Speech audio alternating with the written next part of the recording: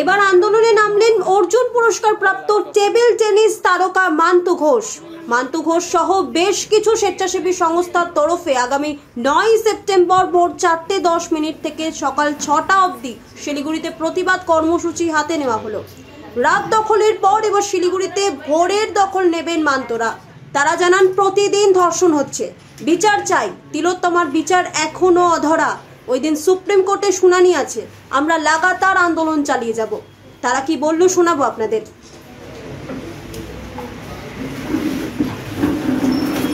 কার্যকর একটি নারকীয় ঘটনা ঘটে গেছে আমাদের একজন বোন ডক্টর বোনের সাথে, এবং সেই ঘটনাটি ঘটে এবং আমরা বিভিন্ন সোর্স থেকে জানতে পেরেছি সকাল ভোরবেলা 4:10 এবং আগামী যে সোমবার 9 তারিখ তার 1 মাস পূর্তি হবে, 30 দিন পূর্তি হবে এবং এখনো কোনো বিচার পাইনি।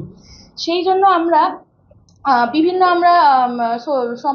সোশ্যাল মিডিয়া থেকে এবং নিজেরাই পারস্পরিক যোগাযোগ করে আমরা একটি কর্মসূচি গ্রহণ করেছি। সেটি হচ্ছে ভোরবেলা 4টা থেকে 4:10 থেকে সকাল 6টা পর্যন্ত আমরা মঙ্গল প্রার্থনা এবং শপথ বাক্য পাঠ করব, এবং যারা এই নারকীয় ঘটনার সাথে যুক্ত আছে তারা যেন খুব তাড়াতাড়ি মাথাটাকে যেন আমরা ধরতে পারি, এবং সবাই যাতে একত্রিত হয়ে তার এগেনস্টে আমরা এই লড়াইটা যাতে চালাতে পারি।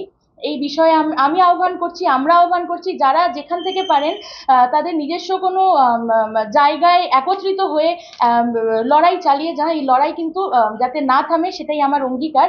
এবং আমি চাইবো, আমার একটা পার্সোনাল ওপিনিয়ন বলি, আমরা গণতন্ত্রে বিশ্বাসী সবাই। আমরা আমাদের দেশ গণতন্ত্রর নামে বিখ্যাত, কিন্তু এখন এখানে গণতন্ত্র চলে না, এখানে একনায়কতন্ত্র চলে। সেটা যাতে খুব তাড়াতাড়ি গণতন্ত্রে পরিবর্তিত হতে পারে, এটাই আমার আর্জি থাকবে। আজকে মেডিকেল কলেজে যেই ঘটনা ঘটেছে, যেই ঘটনা আমাদের সামনে এসছে, এই আন্দোলন না হলে কি সেটা বেরিয়ে আসতো? কোনোদিনও আসতো না। এরকম আরও প্রচুর ঘটনা আছে, যেটা আমরা যদি চাই সমাজ সংস্কার করতে, হয়তো আমরা আস্তে আস্তে জানতে পারবো। তার জন্য জোরদার আন্দোলনের দরকার, এবং আমরা সেই আন্দোলনই করতে চলেছি এবং করবো যতদিন না পর্যন্ত দোষী শাস্তি পায়। আমরা সবাই বিভিন্ন স্তরে, কেউ চাকরি করে, আপনারা সবাই বুঝতে পারছেন, এখানে পৌলমীরাও বললো, ওরাও বললো। আমার ওই একটাই দাবি, বিচার খুব তাড়াতাড়ি আশা করব। দিন রাত একজন মেয়ে হিসেবে বলি, রাত্রিবেলা আমার মতো অনেক নারীরই কিন্তু রাতে ঘুম হয় না। বিচার কবে পাবো আমরা? তাই খুব শীঘ্রই বিচার আশা করছি, এবং কঠোর থেকে কঠোরতম সাজা, দোষীদের সাজা আশা করছি।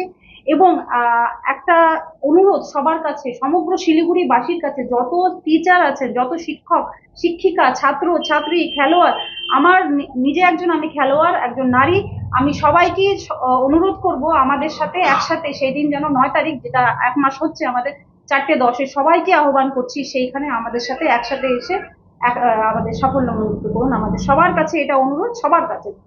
এবং শুধু শিলিগুড়িতেই নাই, সমস্ত জায়গাতে করুন। এমনটা না যে শুধু শিলিগুড়িতেই করতে হবে, শিলিগুড়িতে তো আমরা করছি, শিলিগুড়ির আশেপাশে যত জায়গা আছে সব জায়গা থেকে করুন। গ্রাম শহর নির্বিশেষে সব জায়গাতে যাতে এই আহ্বানটা ছড়িয়ে পড়ে, এটাই আমাদের আহ্বান।